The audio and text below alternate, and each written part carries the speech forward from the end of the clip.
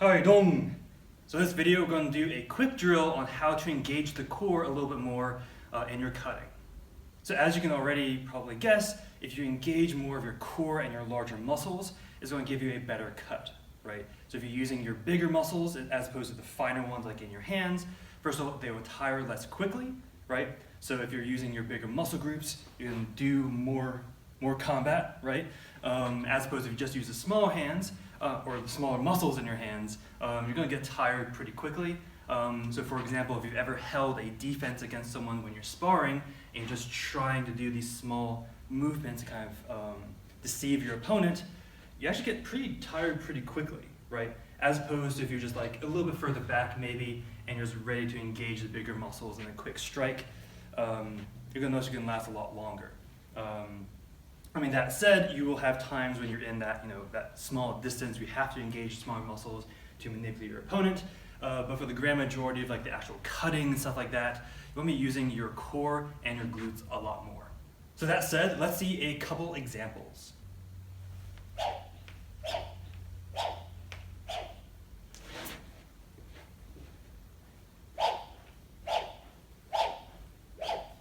So exhibit A.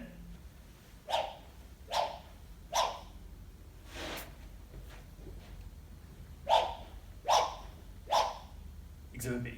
So probably from your own experience, for example, when you're doing kimase, center cuts for your basics, if you know you use a lot of your just arms, you're going to notice you get tired a lot more quickly, as opposed to the second example, it was engaging a lot more of the big muscle groups. You're going to notice it's not just more powerful, right? We also have a lot more stamina, right? Because you're, again, engaging the bigger muscle groups as opposed to those fine muscles in your arms. But I did tease you with a drill, so let's get to that. All you need is enough space to actually throw a projectile, a square target, and a corporeal form with which to throw it. So all I want you to do, so you have your nice square target, all I want you to do is clap your hands on both sides. Again, if you want to hold it by the corner, right, so like so, that also works. So from here, again, equal and opposite, so don't try to do something like this, as opposed to just here. All I want you to do is engage in nice kimase, feel your hips sink back, chest forward. Here, bring it over your head. So again, feel this part activate a little bit more. And also notice it's straight back. So notice if you dip, like so, you're gonna hit your head. So if you're holding it here, all the way overhead, and be able to throw it, like so. And just like in paper cutting, so the actual concept of just throwing a target, it's pretty easy, right? So like, if you just do that, yeah, you'll get a little bit of feedback if you don't know what you're looking for. But just like, in paper cutting, you can do it and you can also have a lot more feedback. So for example, if you're holding it this way and you throw it, and if you notice it kind of veers off one direction or the other, that means, so if it's going, for example, to the left, that means your right hand is actually a bit too dominant. So that means at the last second, it was using a little bit of extra force, kind of spin it off that way. So just like in paper cutting, where you're doing your nice cross cuts, bam, and you notice you go slightly upward, that might mean, again, you're activating your right hand a little bit more, for example. So as you throw this target, notice which way it tends to veer. So if it's veering towards your left, I would recommend being a little more cautious as you practice, because that does usually mean you're engaging more of your right hand. If it veers slightly to the left, or to the right actually, I'm not as worried because that means your left hand is dominating a little bit more, which is a less bad problem to have. But obviously, throwing the target goes straight overhead means on contact, you're equal half and half. I would recommend actually using a square target or something kind of like this. So it's not like super, super light, like it's light. But it's enough that you actually get a little bit more feedback as opposed to like paper plates or, goodness forbid, a medicine ball. I would not recommend a medicine ball.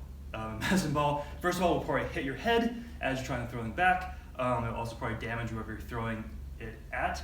And also, it's just not going to give you the same feedback as something that's nice and flat. And it's actually about the same, a little bit obviously wider than the width of your sword. So I would recommend using this instead of some other things. So that said, let's see some caveats with this particular drill. Right? So if I am here and I just engage my arms, right, it still works, right? But notice it also didn't have the same, again, flair and power that you had before.